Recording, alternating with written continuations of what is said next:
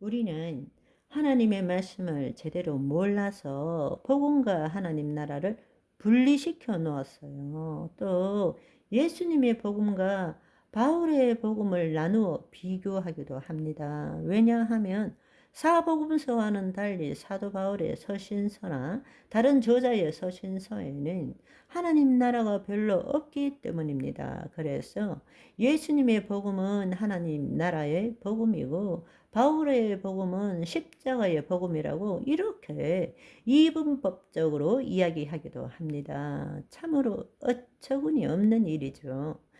하나님의 우주적 비밀의 경륜이 예수 그리스도를 통해서 풀어지는 이 놀라운 하나님의 통치를 통전적으로 보지 못하고 인간의 관점에서 다른 복음을 보고 있는 것입니다. 너무나 안타까운 것이죠. 복음은 하나님의 통치에 관한 좋은 소식입니다. 하나님의 통치는 먼저 우리 자신이 하나님의 통치를 받음으로써 우리 자신을 통해서 이 세상에 하나님의 통치가 나타나는 것을 포함하고 있습니다. 하나님께서는 이 비밀의 경륜을 이루시기 위해서 독생자 아들 예수를 이 땅에 보내셨고 그에게 성령을 보내주시고 기름 부으셔서 하나님의 통치를 예수님이 받게 하셨고 그분이 하나님의 통치를 받았고 그 예수님이 이 땅의 공생의 동안에 하나님의 통치를 드러낸 것이 무엇입니까? 귀신을 쫓고 질병을 치유하고 광풍을 잠재우는 모든 기사와 표적들을 행하신 것입니다. 아멘. 그 일을 지금 우리에게 주셨다는 것입니다. 그리고 그 예수님이 우리 안에 계시다는 것입니다. 아멘. 예수님께서 하나님의 통치를 예수 그리스도를 믿는 하나님의 자녀가 된 모든 자들에게 주시기 위해서 십자가를 지시고 부활 승천하시고 약속하신 또 다른 보혜사 성령을 우리에게 보내주신 것입니다.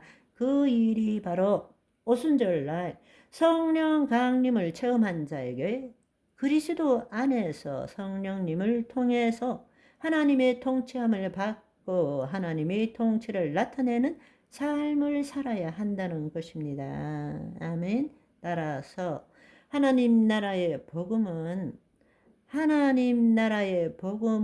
예수 그리스도이십니다.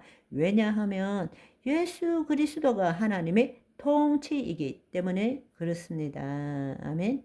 하나님 나라의 복음은 예수 그리스도이시고 그리스도의 나라인 것입니다. 그 나라는 예수 그리스도 안에서 성령을 통해서 이루어지는 우리에게 임한 나라이기도 합니다.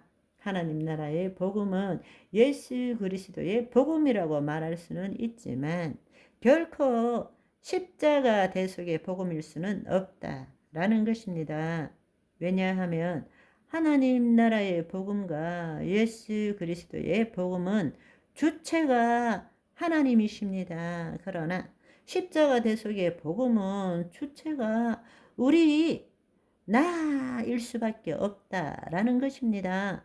십자가 대속의 복음은 내가 죄사함을 받고 구원을 받는 복음이고 그 핵심은 이신칭의입니다. 그런데 이 이신칭의라는 것은 캐톨릭의 행위구원이라는 잘못된 교리에 대한 개혁으로서는 중요한 일이지만 하나님 나라의 관점에서 볼 때는 결코 핵심일 수는 없다라는 것입니다.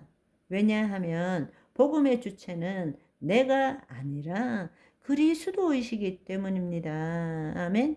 십자가 대속의 복음의 주체는 거짓자일 수밖에 없습니다. 그러나 하나님 나라 복음은 내가 구원을 받는 복음이 아니고 내가 주체가 되어서 구원을 받는 복음이 아니라 그리스도께서 나를 통치하시고 그분이 나를 통해서 그의 통치를 나타내시는 것이기 때문입니다. 그 핵심은 그의 나라와 그의 의입니다. 아멘. 따라서 하나님 나라 복음의 주체는 다른 말로 이야기하자면 예수 그리스도 안에 있는 나, 새로운 피조물이 된 나, 하나님의 의가 된 나일 수는 있지만 나는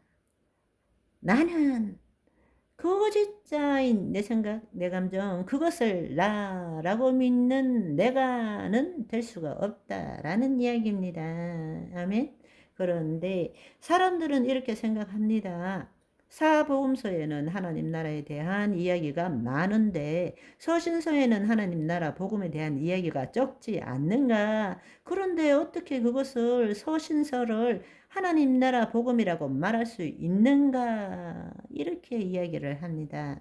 그러나 여러분 잘 생각해 보시면 예수님은 사복음서에서 하나님 나라 도울의 복음을 전하셨습니다. 예수님이 사복음서에서 계속 하신 이야기가 뭐냐? 하나님 나라의 비밀을 비유로 말씀하신 것입니다. 그렇지만 그 당시에는 성령님이 아직 임하시지 않았기 때문에 제자들은 들어도 그 소리가 뭘 말하는지를 몰랐다는 거예요. 심지어는 부활하셔서 40일 동안 하나님 나라의 일을 가르쳤음에도 불구하고 그 나라가 다윗 왕국이 재건되는 것으로 착각한 것입니다. 제자들조차도. 그러나 오순절날 성령 강림을 통해서 하나님의 통치가 제자들에게 임한 것이죠. 아멘. 그렇기 때문에 예수님이 전하신 하나님 나라의 복음의 실제적인 삶의 적용은 사복음서에서 나타나는 것이 아니라 사도행전을 거쳐서 서신서에 나타나게 되어 있는 것입니다. 아멘. 하나님의 나라 복음이 누구를 통해서 이루어집니까? 예수 그리스도를 통해서 이루어지는 것입니다. 따라서 서신서는 예수 그리스도에 대한 이야기들이 나올 수밖에 없고 성령에 대한 이야기가 나올 수밖에 없다는 것입니다. 여러분, 잘 한번 생각해 보시면 쉽게 말하자면 사도행전 이후, 즉 성령 강림 이후에는 이미 하나님 나라에 들어와 있는 것입니다. 아멘. 오늘은 여기까지. 바이바이.